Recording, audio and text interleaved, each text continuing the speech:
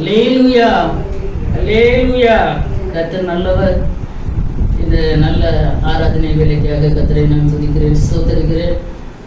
இந்த பாக்கியமான நல்ல நேரத்தை கர்த்தர் நம்முடைய வாழ்க்கையிலே தந்திருக்கிறார். அதற்காக கர்த்தருக்கு நாம் நன்றி செலுத்த கடமைப்பட்டு இருக்கிறோம். கூடி வந்திருக்கிற ஒவ்வொரு தேவ பிள்ளைகளையும் இரட்சகர் இயேசுவின் நாமத்தினாலே நான் வாழ்த்துகிறேன். கர்த்தர் உங்களை ஆசீர்வதிப்பாராக. ஒரு வாஞ்சைகள், விருப்பங்கள், ஏறெடுக்கப்பட்ட ஜெப விண்ணப்பங்கள் எல்லாவற்றையும் பரலோகம் கவனித்துக் கொண்டு இருந்தது என்பதில் எந்த சந்தேகமும் இல்லை. ஆட்கள் அநேகம் இருக்கிறது என்கிறது அல்ல, கொஞ்சம் பேர் இருந்தாலும் தெய்வ சமூகத்திலே நாம் ஒருமனப்பட்டு ஜெபிக்கும் போது அந்த காரியங்களுக்கெல்லாம் கர்த்தர் என்ன செய்ய வல்லமை உள்ளவர், பதில் தர வல்லமை உள்ள தெய்வம். நாம் விசுவாசிப்போம், தெய்வ சமூகத்துல பெரிய காரியங்களை தெய்வ சமூகத்துல விசுவாசிப்போம். கர்த்தர் பெரிய காரியங்களை செய்வார். அல்லேலூயா. யாரும் சோர்ந்து போக வேண்டாம். இந்த நாட்களில் ஏதோ சில நேரங்களில் சில காரியங்கள் தடைப்பட்டு இருக்கும், நம்ம நினைச்சது மாதிரி நடக்காத சூழ்நிலைகள் இருக்கும். ஆனாலும் கர்த்தர் நம்மோடு கூட தான் இருக்கிறார். ஆமென். அவர் நம்மை மறக்கிற தெய்வம் அல்ல. அல்லேலூயா. நம்மை விட்டு விலகுகிற தெய்வமும் அல்ல. அவர் எப்போதும் நம்மோடு கூட இருக்கிறார் என்பதில் எந்த சந்தேகமும் இல்லை. இந்த நாளிலேயும் கூட நம்ம கடந்த நாட்களிலே சிந்தித்ததான அந்த வேத பகுதியை மறுபடியும் நாம் சிந்திக்கும்படியாக கர்த்தருக்குள்ளே நான் வாஞ்சிக்கிறேன். இந்த 3 வாரமாக நாம் இந்த வேத பகுதியை சிந்தித்து கொண்டு வருகிறோம். மத்திய எழுதின சுவிசேஷம் 13வது அதிகாரத்தை எடுத்துக்கொள்ளுங்கள். மத்திய எழுதின சுவிசேஷம் 13:25. ஏன்னா இந்த வேத பகுதியை சிந்திக்கும் போதே, இதை தியானிக்கும் போதே கர்த்தர் அநேக காரியங்களை பேச தொடங்கினார். அது அநேகருக்கு அது பிரயோஜனமாக இருந்தது என்பதை கேட்கும்போது மிகுந்த சந்தோஷம்.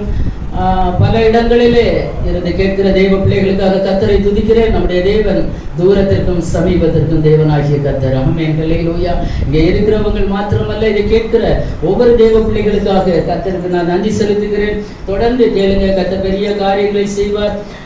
மத்திய எழுதின சுவிசேஷம் 13:25 சத்தமாக வாசிக்கலாம். மனுஷன் நித்திரை பண்ணுகையில் அவனுடைய சத்துரு வந்து கோதுமைக்குள் களைகளை விதைத்து விட்டு போனான். அதே அதிகாரம் 37-38வது வசனத்தை கூட வாசிங்க. அவர் பிரதித்திரமாக நல்ல விதையை விதைக்கிறவன் மனுஷகுமாரன். நிலம் உலகம்.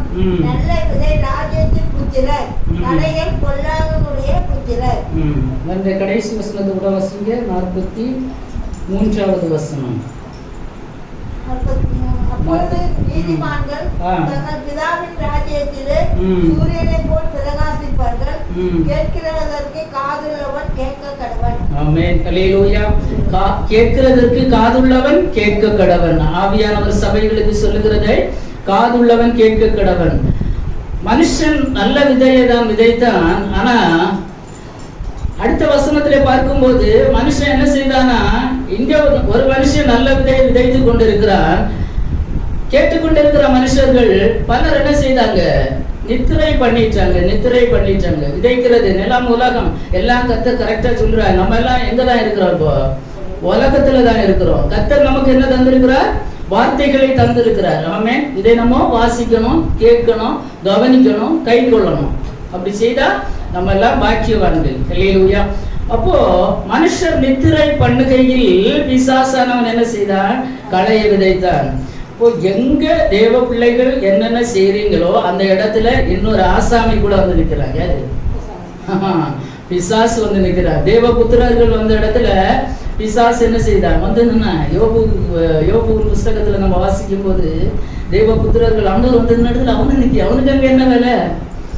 நம்ம நினைக்கிறோம் ஆண்டவர் வந்திருக்கிற இடத்துல சாத்தானுக்கு என்ன வேலை? அவனுக்கு யாரை குற்றம் கண்டுபிடிக்கலாம், யாரை விசுவாசத்தை விட்டு விட தள்ளலான்னு அவன் எத்தனைத்து ரொம்ப ஃபாஸ்டா வேலை செய்து கொண்டு இருக்கிறான். இன்னைக்கு உலகத்துல நடக்கிற சம்பவங்களை எல்லாம் பார்க்கும்போது நெஞ்சை பதப்பதைக்க வைக்கிறது, ரொம்ப வேதனையா இருக்கிறது.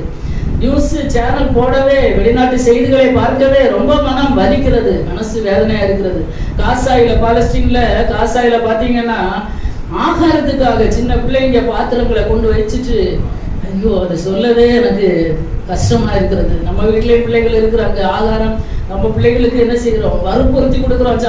சாப்பிடுறா தின்னுடான்னு சொல்லி கேட்டுட்டு தானே இருக்க. நம்ம என்ன செய்யறோம்? அதை சாப்பிடு இதை சாப்பிடுன்னு கொடுக்குறோம். இந்த பிள்ளைங்க கடைசியில அந்த பாத்திரத்துல அத்தனை ஆகாரமும் முடிஞ்சு போச்சு. 2-3 பிள்ளைங்க அந்த பாத்திரத்தை வச்சுட்டு அழுது பாருங்களேன். மனசெல்லாம் நொந்து போகுது, இருதயம் எல்லாம் அப்படி ஒரு நிமிஷம் நின்றுதான் அடுத்து துடிக்குது. அந்த அளவுக்கு பஞ்சம் கொடிதா இருக்கிறது. அந்த பாத்திரத்தை சுரண்டி எடுக்குதுங்க பிள்ளைங்க. ஆயிரக்கணக்கான ஜனங்க ஒண்ணு இல்லாம வெறும் பாத்திரத்தோட இருக்கிறாங்க.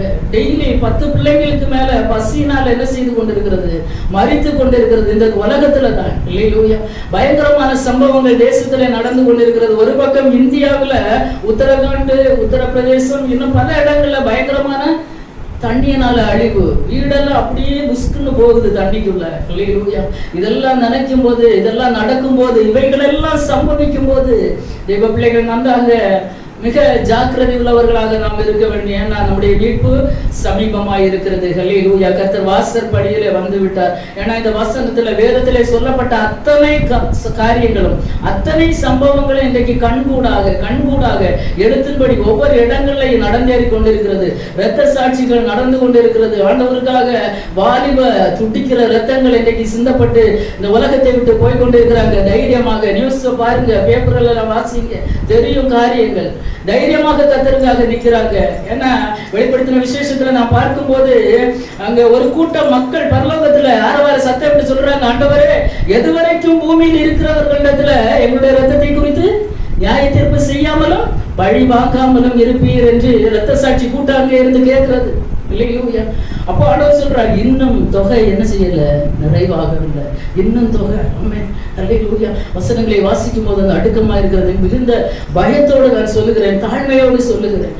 எத்தனையோ வாலிப பிள்ளைங்க, வாலிபர்கள் பல நாடுகள்ல, பல தேசங்கள்ல கர்த்தருக்காக இரத்த சாட்சியா மரித்து கொண்டிருக்கிறாங்க. தேவ பிள்ளைகளே, நம்ம எங்கேயோ ஒரு மூலையில இருக்கிறோம், சமாதானத்தோட இருக்கிறோம், நமக்கு எந்த பிரச்சனையும் இல்லை. கர்த்தரை ஆராதிக்கவோ இல்ல வேதத்தை படிக்கவோ ஜெபிக்கவோ எந்த தடையும் இல்ல.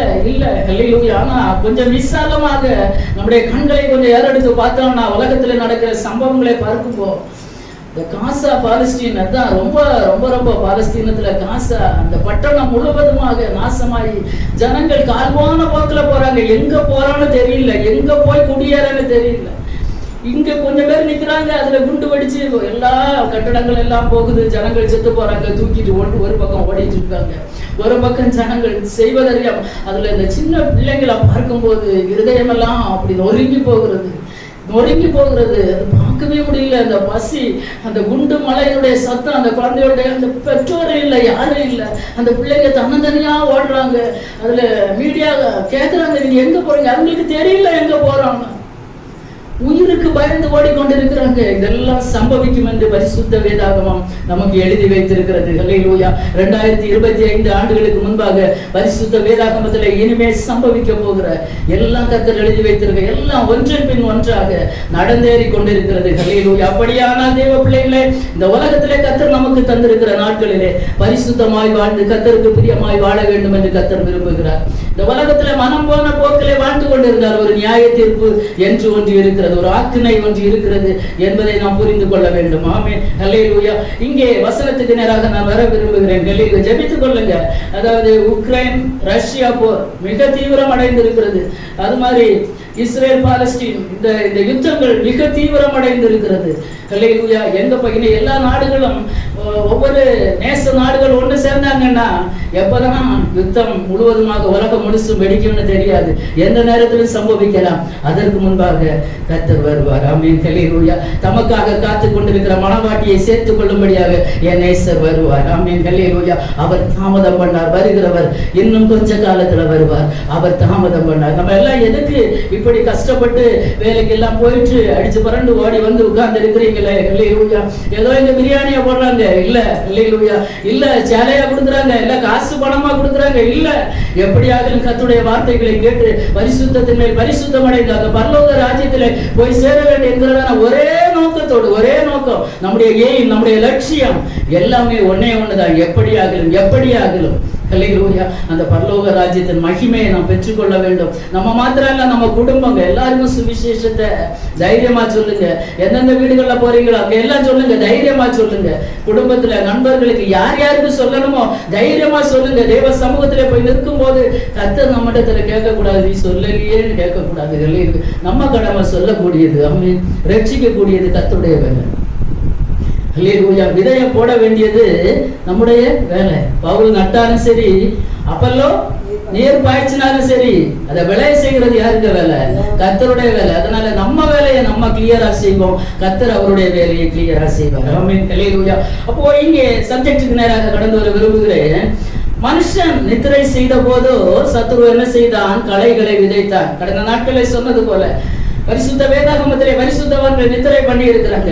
நித்திரையின் அந்த நித்திரை பண்ணினதனுடைய பின் விளைவுகள் மிக பயங்கரமா இருந்திருக்கிறது. ஆதி தகப்பனாகிய ஆபிரகாம் நித்திரை பண்ணினார் இல்லையா? பலி செலுத்துகிற வேளையில அயர்ந்த நித்திரை வந்தது. அதற்கு விளைவு என்ன? 430 வருஷம் இஸ்ரவேல் ஜனங்கள் தன்னுடைய சொந்த ஜனங்களுக்கு என்ன உண்டானது? அடிமைத்தனம் உண்டானது. அது நிமித்தமாக ஹல்லேலூயா.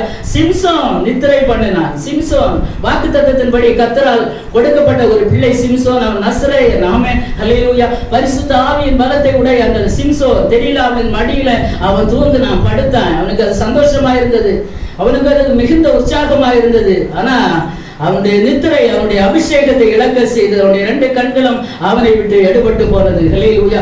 இன்னும் பாத்தீங்கன்னா 2 ஸ்திரீகள் சாலோமன் ராஜாவுடைய காலத்துல 2 ஸ்திரீகள் அங்க பிரச்சனையை கொண்டு வராங்க. ஹல்லேலூயா.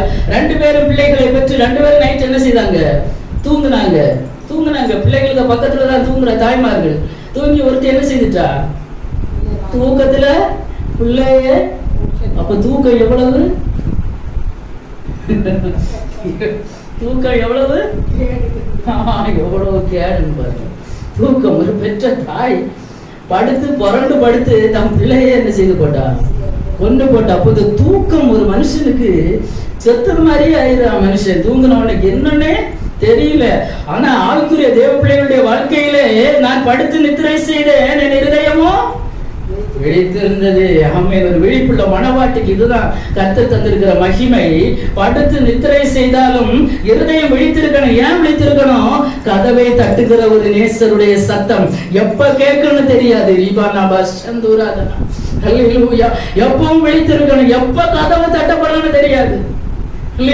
சாயங்காலத்துல இருக்கலாம், நடுராத்திரியில இருக்கலாம், அதிகாலையில இருக்கலாம், மத்தியானத்துல இருக்கலாம். ஒரு மனவாட்டி எப்பவும் விழிப்புள்ளவளாக இருக்க வேண்டும்.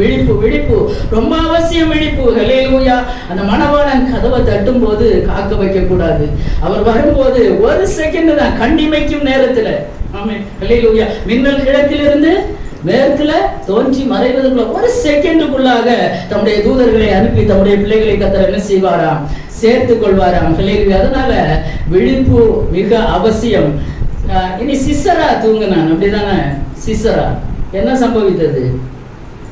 சிசரா தூங்கினான். நமக்கு தெரியுமே, நியாயாதிபதிகள் புஸ்தகத்துல சிசரா தூங்கின. யாரு தூங்க வச்சது?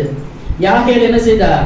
குடிக்க தண்ணியை கேட்ட. அவன் நல்ல சூடான பாலை கொடுத்து இந்தப்பா குடி, தூங்கிக்கன்னு சொல்லி என்ன செய்தா? தூங்க வச்சா. கடைசியில என்ன நடந்தது? ஒரு கூடார ஆணி எடுத்து சத்துருவ 1 அடி நெற்றியில ஜீவனே போய் விட்டது.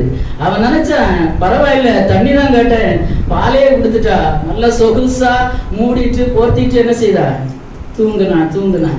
சத்துருவ சில நேரங்கள்ல கர்த்தர் இப்படிதான் கையில ஒப்பு கொடுப்பார். ஹல்லேலூயா. ஒரு ஆணி. ஹல்லேலூயா. ஜோலியே முடிஞ்சு. தூக்கங்கள். ஹல்லேலூயா.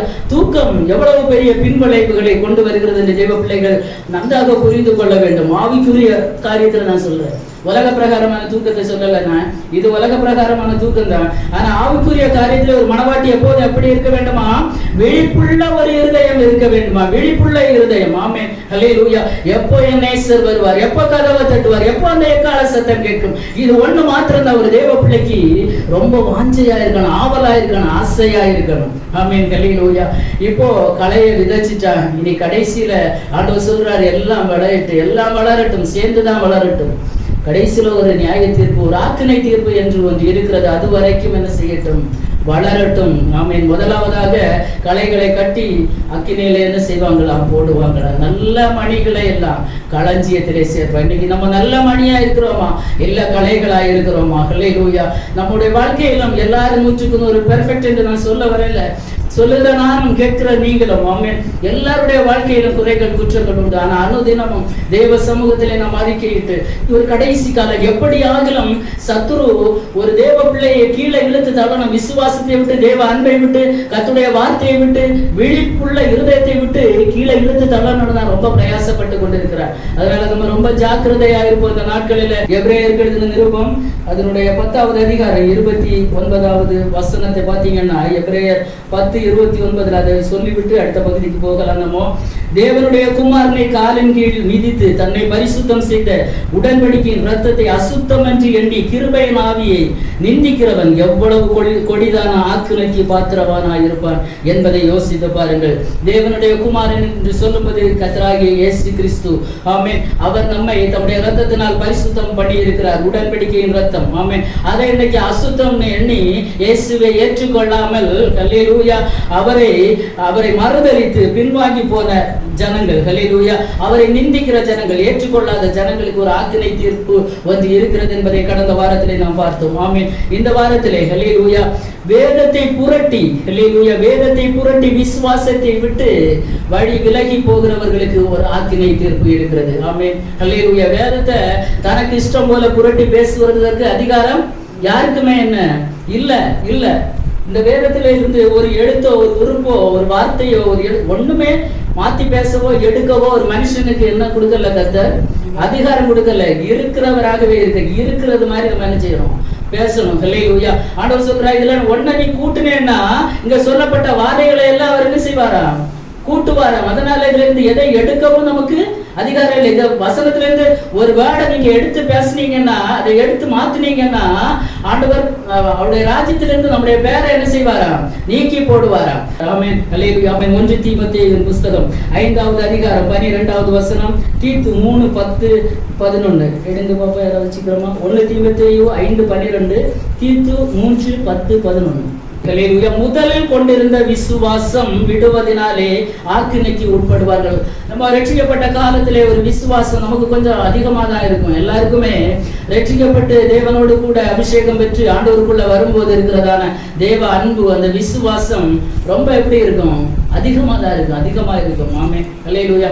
ஆனா கர்த்தர் என்ன சொல்லுகிறாருன்னா, நீ முதலில் கொண்டிருந்த விசுவாசத்தை விட்டு போனா என்ன உண்டு, ஆக்கினை தீர்ப்பு உண்டு. தீத்து 3:10-11 நீங்க பாத்தீங்கன்னா, வேத புரட்டனா இருக்கிற ஒருவனுக்கு நீ 2 தரம் புத்தி சொன்ன பின்பு அவனை விட்டு விலகு. அப்படிப்பட்டவன் நிலை தவறி தன்னிலே தானே ஆக்கினை தீர்ப்புடையவனாய் பாவம் செய்கிறவன் என்று அறிந்திருக்கிறாயே. வேதத்தை புரட்டி பேசுகிறவன். ஆமென். ஹல்லேலூயா. இன்னைக்கு பல விதமான உபதேசங்கள் தேசத்திலே, நம்ம எல்லாரும் ஆண்டோடைய பிள்ளைகள் தான், பல விதமான உபதேசங்கள். ஆமென். ஹல்லேலூயா. ஒரு சிலர் ஞானஸ்நானம் என்று ஒன்று இல்லை என்று பேசுறாங்க, பரிசுத்தாவின் அபிஷேகம் இல்லை என்று பேசுறாங்க, அதை சாதிக்கிறாங்க. இயேசு இப்ப வரமாட்டாருன்னு சாதிக்கிறாங்க. இப்படி பல விதத்துல இன்னைக்கு உபதேசங்கள், அந்த வேதத்தை புரட்டி பேசுகிறவங்களுக்கு என்ன உண்டா, ஆக்கினை தீர்ப்பு என்று ஒன்று இருக்கிறது. அல்லேலூயா. அவன் பாவம் செய்கிறவன் என்று வேதம் சொல்லுகிறது. ஆமென். கர்த்தருடைய வேதத்தை மாற்றி பேசுகிறது. அல்லேலூயா. தங்களுக்கு ஏற்றது போல பேசுகிறது. ஒரு வசனத்துல பல வார்த்தைகளை எடுத்து விட்டு மீதியை பேசுகிறது. இதெல்லாம் பாவம். ஆமென். இப்படிப்பட்ட காரியங்களை செய்கிறவர்களுக்கு என்ன உண்டா, ஆக்கினை தீர்ப்பு என்று ஒன்று இருக்கிறது. 2 பேதுரு 2வது அதிகாரம் 1-2 வசனத்தை வாசிங்க பார்க்கலாம். ஹல்லேலூயா. 2 பேதுரு 2:1 நீங்க பாத்தீங்கன்னா, கள்ள தீர்க்கதரிசிகளும் ஜனங்களுக்குள்ளே இருந்தார்கள், அப்படியே உங்களுக்குள்ளும் கள்ள போதகர்கள் இருப்பார்கள். வேதத்தை புரட்டி பேசுகிறவர்களுக்கு கர்த்தர் கொடுத்திருக்கிற பேர் என்ன பேரு, கள்ள போதகர்கள். தீர்க்க தரிசனம் தவறாக வாய்க்கு வந்தது மாதிரி, மனசுல தோன்றினது மாதிரி சொல்றவங்களுக்கு ஆண்டவர் கொடுத்திருக்க பேர் என்ன, கள்ள தீர்க்க தரிசிகள். ஹல்லேலூயா. உங்களுக்குள்ளே இருந்தார்கள். இன்றைக்கு அதிகமா இருக்கிறாங்க. ஒரு தேவ பிள்ளை நன்றாக பகுத்தறிய வேண்டும். ஆவியை பகுத்தறிந்து தேவ பிள்ளைகள் நலமானதை எடுத்துக்கொள்ளுங்க. சத்திய சுவிசேஷத்தை யார் சொன்னாலும் ஏற்றுக்கொள்ளுங்க. இந்த வேதத்துக்கு ஒத்து போகிறது மாதிரி இருந்தா யாருடைய வாயிலிருந்து வந்தாலும் என்ன செய்யலாம், தாராளம் கேட்கலாம். வேதத்துக்கு விரோதமாக வாய்க்கு வந்தது மாதிரி தீர்க்க தரிசனம் சொல்லணும். ஒரு மனுஷனுக்கு தீர்க்க தரிசனம் சொன்ன இருக்கிற நிலைமை, அல்லேலூயா, அவனுடைய காரியங்கள் எல்லாவற்றையும் முதலாவது பாவத்தை குறித்து கண்டித்து உணர்த்துகிறதா இருக்க வேண்டும். ஆமா, என்ன நிலைமையில நீ இருக்கிற? வெறும் ஆசீர்வாதத்தை சொல்லிட்டு போவாங்க. எத்தனை பேருக்கு அது கிடைச்சதுன்னு எனக்கு தெரியல.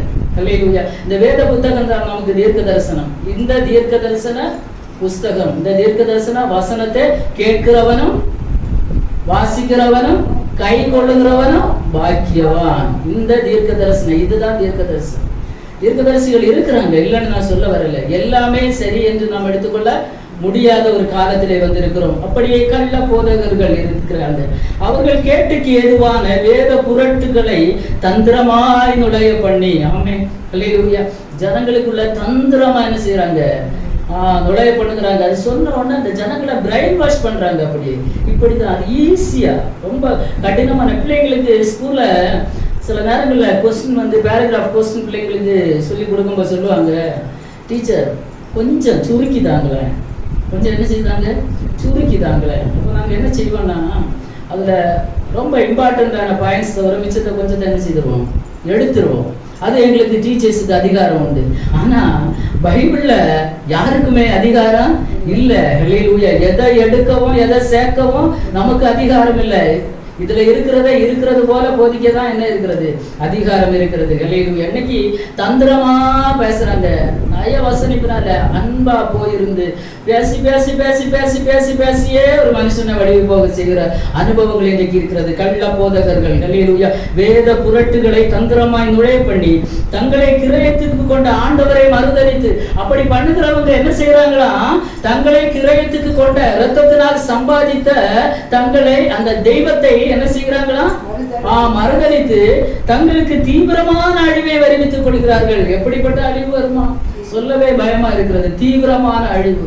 அப்போ ஒரு வேதத்தை புரட்டி பேசி கிரயத்துக்கு கொள்ளப்பட்ட தெய்வத்தை மறுதலிக்கிறவங்களுக்கு வருகிறதா ஆக்கினை தீர்ப்பு எப்படி இருக்கிறது, தீவிரமான அழிவு. அதுக்கு விளக்கமே தேவையில்லை. அடுத்த வசனம், அவர்களுடைய கெட்ட நடக்கைகளை அநேகர் பின்பற்றுகிறார்கள். அல்லேலூயா. இன்னைக்கு பாத்தீங்கன்னா அநேகர் அநேகர் அநேகர் அல்லேலூயா அந்த கெட்ட நடக்கைகளை பின்பற்றுகிறாங்க. ஏன்னா எப்படியும் இருக்கலாம், எப்படியும் வாழலாம், உலகத்தை போல, உலகத்தை மாதிரி ஆடம்பரங்கள், உலகத்தை மாதிரி எது வேணும்னாலும் என்ன செய்யலாம், செய்து கொள்ளலாம். அதான் கெட்ட நடக்கைகள் அநேகர் பின்பற்றுகிறார்கள். கேட்டுக்கு போகிற வாசல் எப்படி இருக்கிறது, விசாலமா இருக்கிறது. அநேகர் அதுல போவாங்கன்னு தான் கர்த்தர் சொல்கிறார். ஆனா ஜீவனுக்கு போகிற வாசல் வழி இடுக்கமும் நெருக்கமுமா இருக்கிறது. அதுல சிலர் சிலர் சிலர் ஆமென். ஆதியாகமத்திலிருந்து வெளிப்படுத்தின விசேஷம் வரை பாத்தீங்கன்னா சிலர் தான் ஆண்டவர் சிலரை தான் சொல்றாரு. ஆமென். ஹல்லேலூயா. 10 கன்னிகைகள் 5 பேர், சிலர் 2 பேர் வயல்ல இருப்பாங்க, அதுல ஒருத்தர் எடுத்துக்கொள்ளப்படுவார். 2 பேர் அரைச்சிட்டு இருப்பாங்க, ஒருத்தர் எடுத்துக்கொள்ளப்படுவார், ஒருத்தர் கைவிடப்ப. அப்ப எல்லாம் 50-50 தான். ஹல்லேலூயா. சிலர் நோவாவின் காலத்துல ஜலப்பிரளயத்துல சிலராகி 8 பேர் மாத்திரம் என்ன செய்தாங்களா, காப்பாற்றப்பட்டாங்களா. அப்ப பெரும்பான்மையான ஜனங்கள் என்ன செய்து கொண்டு போனது, அழிந்து போனது. இப்ப எல்லாத்திலையும் சிலர் தான். அந்த இடுக்கமான வாசல ஜனங்கள் விரும்பல. பரிசுத்தமாய் வாழணும், பரிசுத்தமான நடக்கை நடக்கணும், ஆண்டவருக்கு பிரியமா வாழணும், வேத வசனத்தின்படி வாழ யாருக்குமே இன்னைக்கு மனம் இல்லை. உலகத்தை வெறுக்க மனம் இல்லை. ஹல்லேலூயா. அதனாலதான் இன்னைக்கு கேட்டுக்கு போகிற வாசலுக்கு நேராக போறாங்க. அநேகர் அதை பின்பற்றுவார்கள், இன்னைக்கு பின்பற்றி கொண்டு இருக்கிறாங்க. அவர்கள் நிமித்தம் சத்திய மார்க்கம் தூஷிக்கப்படும். ஹல்லேலூயா. மிகுந்த பாரத்தோட சொல்லுறேன், இன்னைக்கு அநேக ஊழியர்கள் நிமித்தம், அநேக விசுவாச பிள்ளைகள் நிமித்தமாக சத்திய மார்க்கம் தூஷிக்கப்பட்டு கொண்டிருக்கிறது. ஹல்லேலூயா. ஹல்லேலூயா. கண்கூடாக நம்ம என்ன செய்யறோம், பார்க்கிறோமா இல்லையா, பார்க்கிறோம். ஹல்லேலூயா. அநேகர் நிமித்தம். அதனால இன்னைக்கு கிறிஸ்தவங்களை ஏற்றுக்கொள்ளவே, அதுவும் பெந்தெகோஸ்துகாரங்களை ஏற்றுக்கொள்ளவே இன்னைக்கு ஜனங்கள் என்ன செய்யறாங்க, பயப்படுறாங்க. காணிக்கைக்கு வராங்களோ, பணத்துக்கு வராங்களோ, ஹல்லேலூயா, சரியான சத்தியத்துக்கு வராங்களோ இல்லையா. கடந்த நாட்களில் 2 சகோதரிங்க வந்தாங்க. சண்டே, அது ஒரு குறிப்பிட்ட ஒரு டினாமினேஷனை சார்ந்தவங்க, உங்களுக்கு எல்லாருக்கும் தெரியும், அடிக்கடி வருவாங்க, ட்ராக்ஸ் எல்லாம் கொண்டு. அப்போ என்னை கூப்பிட்டாங்க, நாங்கள் 2 நிமிஷம் பேசணும் அப்படின்னாங்க. சரி சிஸ்டர் அப்படின்னு நான் கேட்டுக்கு உள்ள நின்று, அவங்க கேட்டுக்கு வெளியே நின்னாங்க. எனக்கு புரிஞ்சுது, அதனால நான் திறந்து உள்ள அனுமதிக்கலை. அது நாங்கள் இது மாதிரி ஆராதனைக்கு போயிட்டு சுவிசேஷ ஊழியம் செய்கிறோம், ஓகே ரொம்ப சந்தோஷம் அப்படின்னு. அப்போது உங்களுக்கு சுவிசேஷம் சொல்லணும்னு சொன்னாங்க. அப்போ நான் சொன்னேன், சிஸ்டர் எங்களுக்கு கொஞ்சம் சுவிசேஷம் தெரியும், தெரியாதவங்களுக்கு நீங்கள் என்ன செய்யுங்க, கொஞ்சம் போய் சொல்லுங்களேன். தெரியாத எத்தனையோ மக்கள் இருக்கிறாங்க. அதுக்கப்புறம் அவங்க வாயை திறக்கல, அப்படியே போய்விட்டாங்க. இல்லையா? தெரியாத மக்களுக்கு நம்ம என்ன செய்யணும்? சுவிசேஷத்தை சொல்லணும். இன்னைக்கு தீவிரமா இன்னைக்கு வீடு வீடா யாருக்கு வீட்டுக்கு தான் போறாங்க? கிறிஸ்தவங்களுக்கு வீட்டுக்கு தான் போறாங்க. அவங்களுக்கு டார்கெட்டே அதுதான். எப்படியாவது விசுவாசத்தை விட்டு தூரம் கொண்டு போனோம். ஏதாவது பேசி பேசி பேசி பேசி கள்ளா போதகர்கள். இதனால விசுவாச மார்க்கம் இன்னைக்கு சத்திய மார்க்கம் தூஷிக்கப்பட்டு கொண்டிருக்கிறது என்பதிலே எந்த சந்தேகமும் இல்லை. அடுத்து அவர்களுடைய குணாதிசயங்களை பற்றி 2 பேதுரு 2:3 சொல்லப்பட்டிருக்கு. பொருள் ஆசை உடையவர்களாய், ஆமென், தந்திரமான வார்த்தைகளால் உங்களை தங்களுக்கு ஆதாயமாக வசப்படுத்திக் கொள்ளுவார்கள். எப்படி வசப்படுத்திக் கொள்ளுவாங்களா? பொருள் ஆசையை காண்பித்து, அதை தருவேன், இதை தருவேன், வீடை வச்சு தருவேன், ஆடு வாங்கி தருவேன், மாடு வாங்கி தருவேன், கோழி வாங்கி தருவேன். ஒன்றும் பரலோகத்துக்கு கொண்டு போக முடியாது.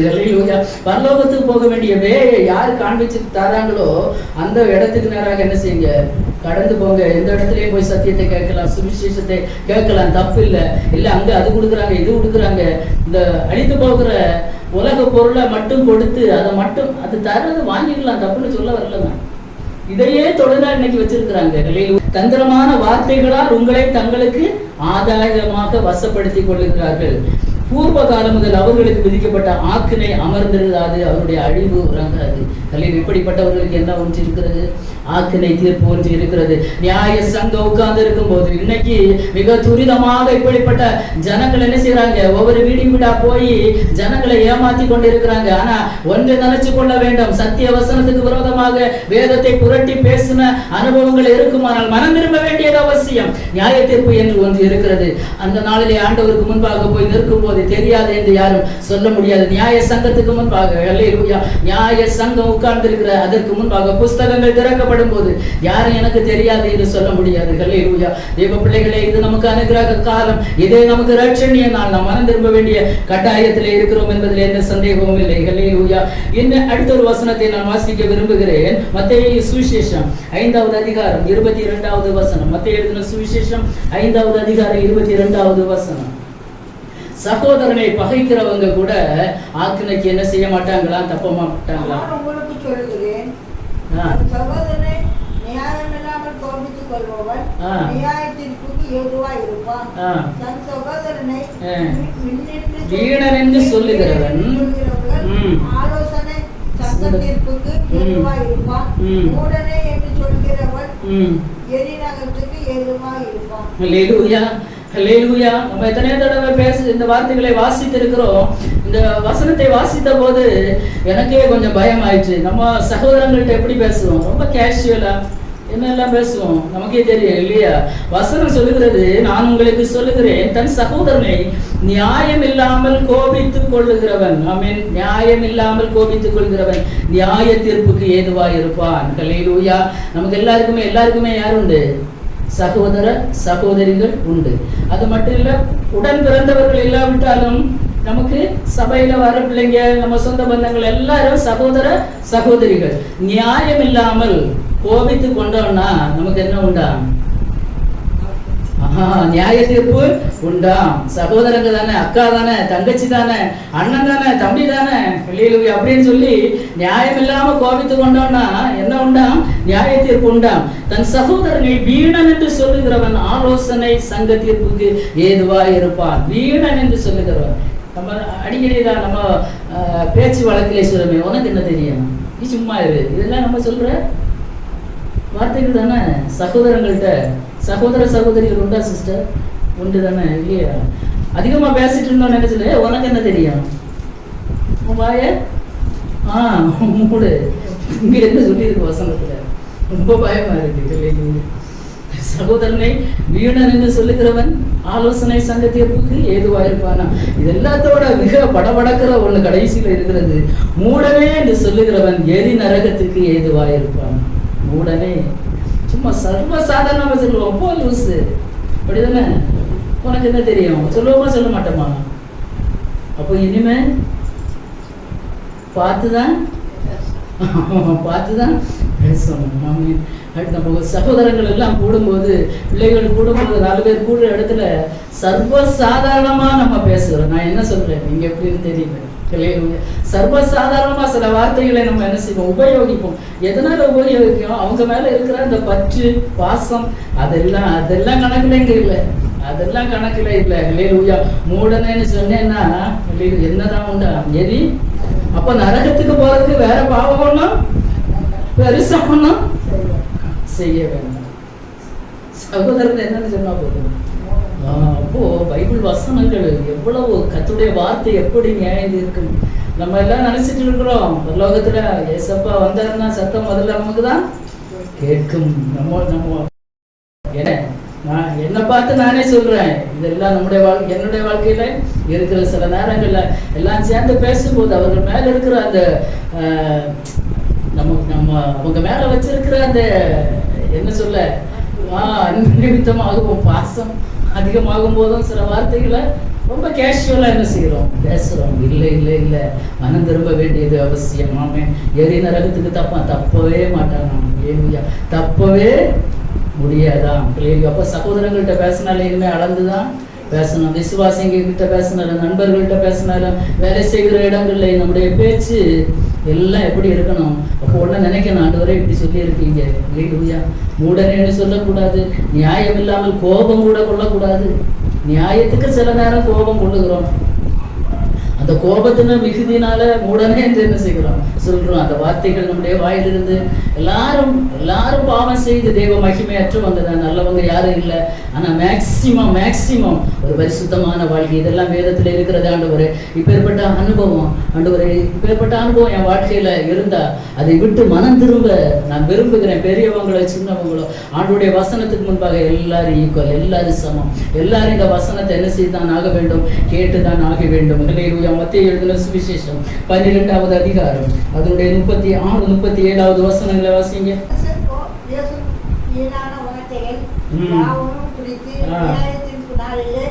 கணக்கு ஒப்பிக்க வேண்டும் என்று உங்களுக்கு சொல்கிறேன். ஏனெனில் உங்கள் வார்த்தையினாலே நீதிமான் என்று தீர்க்கப்படுவாய், அல்லது உன் வார்த்தையினாலே குற்றவாளி என்று தீர்க்கப்படுவார். இப்போ மனுஷர் பேசும், மத்தேயு எழுதின சுவிசேஷத்திலே மத்தேயு எழுதுகிறார், மனுஷர் பேசும் வீணான வார்த்தைகள் யாவையும் குறித்து நியாயத்திற்கு நாளிலே என்ன செய்யணுமா, கணக்கு ஒப்புவிக்க வேண்டுமா. இன்னைக்கு காலையில இருந்து இப்போ மணி 7:45 ஆகுது. இவ்வளவு நேரத்துல நம்ம எத்தனை வீணான வார்த்தைகள் பேசியிருப்போமா இல்லையா? கண்டிப்பா பேசியிருப்போம் இல்லையா? அநேக வீணான வார்த்தைகள் நம்முடைய வாழ்க்கையில நம்ம தெரிஞ்சு வந்திருக்கலாம், தெரியாமலும் வந்திருக்கலாம் இல்லையா? அதெல்லாம் நியாயத்திற்கு நாளிலே என்ன செய்ய வேண்டுமா, கணக்கு ஒப்புவிக்க வேண்டுமா. ஏனெனில் உன் வார்த்தைகளினாலே நீதிமான் என்று தீர்க்கப்படுவாய், அல்லது உன் வார்த்தைகளினாலே குற்றவாளி என்று தீர்க்கப்படுவாய். அல்லேலூயா. ஒண்ணி உன் வார்த்தையினாலே நீ நீதிமான் என்று தீர்க்கப்படுவா, இல்லைன்னா நீ பேசுகிற வார்த்தையினாலே நீ குற்றவாளி என்று தீர்க்கப்படுவாய். இன்னைக்கு நம்ம பேசுகிற வார்த்தைகள் நம்மை கர்த்தருக்கு முன்பாக நீதிமான்களாக கொண்டு விடுமா, இல்ல குற்றவாளியாக கொண்டு நிறுத்துமா? நம்முடைய வார்த்தைகள் அல்லேலூயா. சொற்களின் மிகுதியினால் பாவம் இல்லாமல் போகாது என்று சொல்லப்பட்டிருக்கிறது. பேசுகிறோம், வளவளன்னு பேசுகிறோம், அதிகமா போன் எடுத்தா மணிக்கூர் கணக்கா பேசுறோம். பேசுற பேச்சுல எத்தனை வார்த்தைகள் ஆண்டவருக்கு பிரியம் இல்லாமல் இருக்கிறது என்பது கர்த்தருக்கு தான் தெரியும். நம்ம பேசி முடிச்சிருவோம் இல்லைங்க, நம்ம மறந்துடுவோம். ஆனா வார்த்தைகள் நியாயம் தீர்க்குமா? உன் வார்த்தைகளினாலே நீதிமான் என்று தீர்க்கப்படுவாய், இல்லைன்னா உன் வார்த்தைகளினாலே நம்ம அப்ப எல்லாமே அங்க என்ன ஆயிட்டு இருக்கு, ரெக்கார்டிங் ஆயிட்டு இருக்கு பரலோகத்துல. ரெக்கார்டிங் ஆயிட்டு இருக்கு. ஐயோ நான் சொல்லலையேன்னு சொல்லி என் வார்த்தை என் சவுண்டுல நான் பேசுறது அங்க ஆண்டவர் போட்டு காமிக்கும் போது, கேட்க வைக்கும் போது, ஆண்டவரே நான் இல்லைன்னு நான் சொல்ல முடியுமா? இல்ல, தப்ப முடியாது. ஏன் சத்தம், ஏன் பேச்சு. யாக்கோபு ஈசாக்க ஏமாத்திட்டாரு, அப்படித்தானே? ஏமாத்த முடியும். சத்தமோ யாக்கோபின் சத்தம், கைகளோ ஏசாவின் கைகள். ஏமாத்தலாம் உலகத்துல. ஆனா பரலோகத்துல போய் ரெபெக்காள மாதிரி யாருக்குமே ஏமாற்ற சொல்லி கொடுக்கவும் முடியாது, ஏமாத்தவும் முடியாது. எந்த இதுவும் இல்லை. நியாய சங்கத்துக்கு முன்னாக பயத்தோடு போய் நிற்கும் போது தேவ சமூகத்துல தைரியமா நிற்கணும். இப்பேற்பட்ட அனுபவங்கள் உங்க வாழ்க்கையிலையும் என் வாழ்க்கையிலையும் இதை கேட்கிற தேவ பிள்ளைகளுடைய வாழ்க்கையில இருக்குமானால் நம்முடைய வார்த்தைகள் நம்மை ஒரு நாள் நீதிமானாகவும் குற்றவாளியாகவும் நியாயம் தீர்க்கும் என்பதை நாம் புரிந்து கொள்ள வேண்டும். ஆமென். ஹல்லேலூயா. இன்னொரு வசனத்தை கூட வாசித்து இந்த வார்த்தைகளை நான் நிறைவு செய்ய விரும்புகிறேன். மார்க் எழுதின சுவிசேஷம் அதனுடைய 3வது அதிகாரம் 28, 29. இந்த உலகத்திலே மன்னிக்கப்படாத ஒரு பாவம் இருக்கிறது. அதை யாரும் செய்ய முற்படக்கூடாது. மன்னிக்கப்படாத ஒரு பாவம். அல்லேலூயா. மார்க் எழுதின சுவிசேஷம் 3வது அதிகாரம் 28, 29. மனுஷர்கள் செய்யும் எல்லா பாவங்களும் அவர்கள் தூஷிக்கும் எந்த தூஷணமும் அவர்களுக்கு மன்னிக்கப்படும்.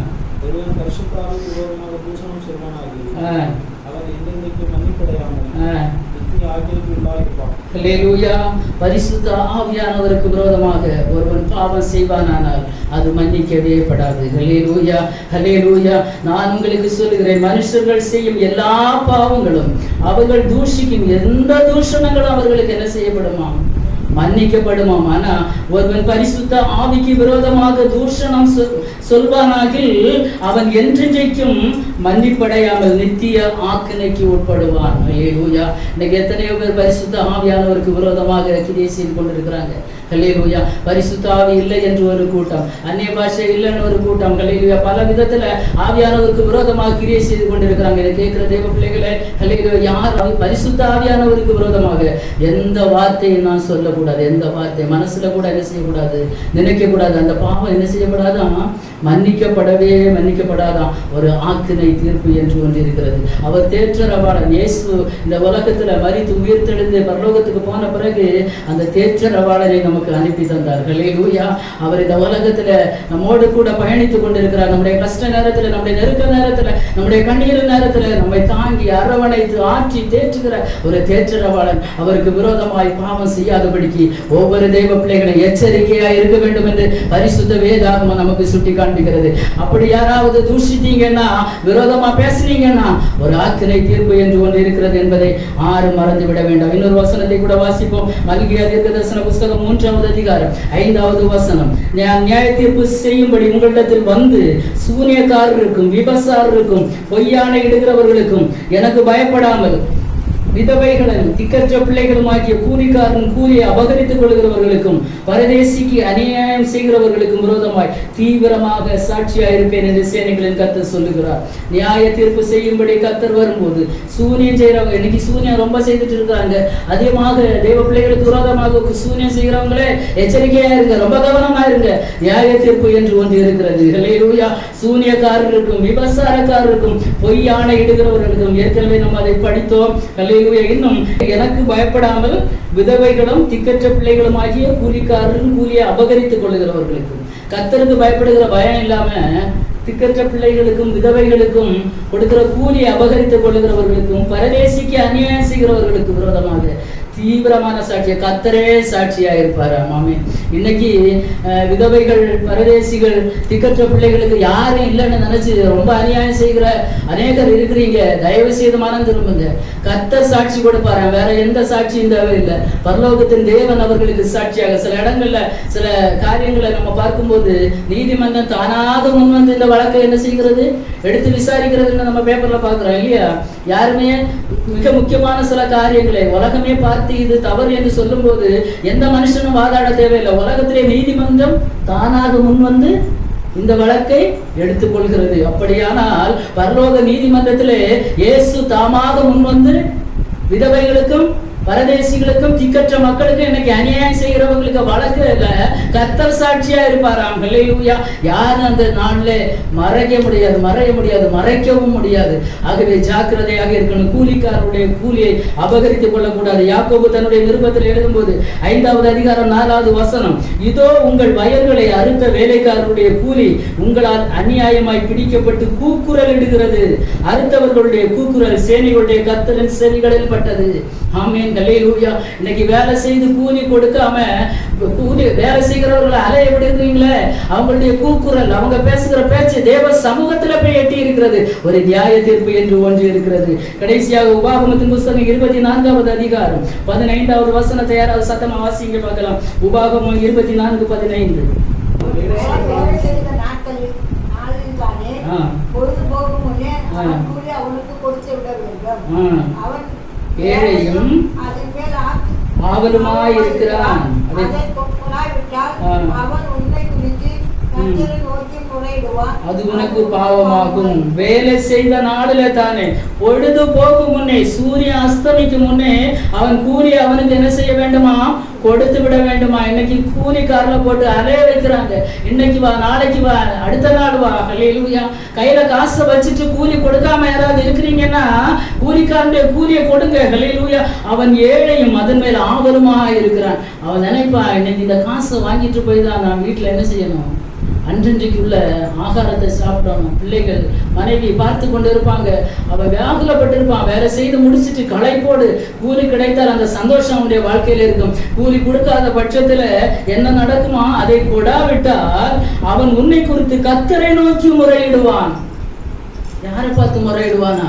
கர்த்தரை நோக்கி முறையிடுவான். அது உனக்கு பாவமா இருக்கும். யார் கூலி கொடுக்காம கையில அடக்கி வச்சிருக்கீங்களோ உங்களுக்கு அது பாவமாக இருக்கும். ஒரு நியாய தீர்ப்பு என்று ஒன்று இருக்கிறது. ஹல்லேலூயா. தேவ பிள்ளைகளை, இந்த நாட்களிலே தேவ சமூகத்துல நம்ம அர்ப்பணிப்போம். ஹல்லேலூயா. எப்பேற்பட்ட காரியங்கள் நம்முடைய வாழ்க்கையில இருக்கிறது. ஹல்லேலூயா. ஒரு சில காரியங்களை குறித்து நான் உங்களோடு பகிர்ந்து கொண்டேன். அநேக ஆயிரம் வசனங்கள் இருக்கிறது. மிக முக்கியமாக சில வசனங்கள் வெளிப்படுத்தின விசேஷத்துல கூட 7 சபைகளுக்கும் சொல்லும் போது ஆவியானவர் சபைகளுக்கு சொல்லுகிறதை காதுள்ள கேட்க கடவன் என்று எழுது என்று யோவானுக்கு கர்த்தர் வெளிப்படுத்தி கொடுக்கிறார். ஆமென் அல்லேலூயா. வேதத்தை புரட்டி விசுவாசத்தை விட்டு வழுகி நாம் போகக்கூடாது. அல்லேலூயா. ஆண்டவருக்கு பிரியமில்லாத வார்த்தைகள் நம்ம பேசக்கூடாது. சகோதரனுக்கு விரோதமாக பகைக்க கூடாது. கோபம் கொள்ளக்கூடாது. மூடனே என்று சொல்லக்கூடாது. ஒரு ஏரி நரகம் ஒன்று இருக்கிறது. அல்லேலூயா. கூலிக்காரனுடைய கூலியை அபகரித்து வைக்க கூடாது. திக்கற்ற பிள்ளைகளுக்கும் விதவைகளுக்கும் கொடுக்க வேண்டியதை கொடுக்காமல் அதை அடக்கி கையில வச்சிருந்தேன்னா அவன் போடுகிற சத்தம் பரலோகத்துல போய் எட்டும். அல்லேலூயா. கர்த்தர் நியாயத்திற்கிற ஒரு நாள் என்று ஒன்று இருக்கிறது. அல்லேலூயா. தேவ பிள்ளைகளை, இந்த நாட்களிலே அல்லேலூயா நம்ம எல்லாரும் வாய்களை திறந்த தேவ சமூகத்தில் ஆண்டவரே, அல்லேலூயா, என்னுடைய வாழ்க்கையில எது காணப்படுகிறது? அல்லேலூயா. ஆண்டவருக்கு பிரியமில்லாமல் எது காணப்படுகிறது? ஆண்டவரே, உங்க வருகையில உங்களை சந்திக்க முடியாதபடிக்கு என்னுடைய வாழ்க்கையில எது காணப்படுகிறது? தகப்பனே, அல்லேலூயா. எல்லாரும் ஒரு நிமிஷம் வாய்களை திறந்து அல்லேலூயா தேவ சமூகத்திலே அல்லேலூயா அல்லேலூயா வாய்களை திறந்து தகப்பனே, உமக்கு பிரியமில்லாமல் ஏதாவது என்னுடைய வாழ்க்கையில இருக்குமானால் நீங்க மன்னிப்பீராக ஆண்டவரே, மன்னிப்பீராக ஆண்டவரே. என்னுடைய பேச்சுகள் உமக்கு பிரியமாய் இருக்கட்டும். சகோதரனிடத்துல பேசுகிற பேச்சுகள் உமக்கு பிரீதியா இருக்கணும் ஆண்டவரே. நீ விரும்பாத வார்த்தைகள் என்னுடைய வாழ்க்கையில வேண்டாம் ஏசப்பா. எத்தனை பேர் இன்னைக்கு அர்ப்பணிக்க போறோம்? அல்லேலூயா. എന്റെ പ്രിയൻ വാനിൽ നിന്നെഴും നള്ളിടുന്ന മാറ്റൊലി ഞാൻ കേട്ടിടുന്നു നാട്ടിലെങ്ങുമേ. എന്റെ പ്രിയൻ വാനിൽ നിന്നെഴും നള്ളിടുന്ന മാറ്റൊലി ഞാൻ കേട്ടിടുന്നു നാട്ടിലെങ്ങുമേ. ശാമം ഭൂകമ്പം ആദീനാരംഭം, ശാമം ഭൂകമ്പം ആദീനാരംഭം. വാഴും ഞാൻ എൻ്റെ രക്ഷിതാവിൻ കൂടെ എപ്പോഴും, തൻ കൃപയിൽ ആശ്രയിക്കും എല്ലാ നാളും ഞാൻ. വാഴും ഞാൻ എൻ്റെ രക്ഷിതാവിൻ കൂടെ എപ്പോഴും, തൻ കൃപയിൽ ആശ്രയിക്കും എല്ലാ നാളും ഞാൻ. ഇന്നലേക്കാൾ ഇന്നു ഞാൻ പ്രിയൻ നാടിനോൾ ഏറ്റവും അടുത്തായതെനിക്കെത്രയാനന്ദം. ഇന്നലേക്കാൾ ഇന്നു ഞാൻ പ്രിയൻ നാടിനോൾ ഏറ്റവും അടുത്തായതെനിക്കെത്രയാനന്ദം. എൻ്റെ പ്രിയനെ ഒന്നു കാണുവാൻ, എൻ്റെ പ്രിയനെ ഒന്നു കാണുവാൻ. വാഴും ഞാൻ എൻ്റെ രക്ഷിതാവിൻ കൂടെ എപ്പോഴും, തൻ കൃപയിൽ ആശ്രയിക്കും എല്ലാ നാളും ഞാൻ. വാഴും ഞാൻ എൻ്റെ രക്ഷിതാവിൻ കൂടെ എപ്പോഴും, തൻ കൃപയിൽ ആശ്രയിക്കും എല്ലാ നാളും ഞാൻ. ഇന്നലേക്കാൾ ഇന്ന് ഞാൻ പ്രിയനാടിപ്പോ നേരത്തെ വിட இன்னைக்கு இன்னும் அதிகமாக கர்த்தருடைய வருகை நெருங்கி கொண்டிருக்கிறது. பாட்டுக்காரன் சொல்லுகிறார், நேற்று வரை காத்திருந்த அனுபவம் அல்ல, இன்றைக்கு இன்னும் அவரோடு கூட நெருங்கி வாழ்கிற தெய்வ பிள்ளைகளே, நாமும் ஆயத்தமாவோம், பிறரை நாம் ஆயத்தப்படுத்துவோம். கர்த்தருடைய வருகை மிக சமீபமாயிருக்கிறது. அல்லேலூயா.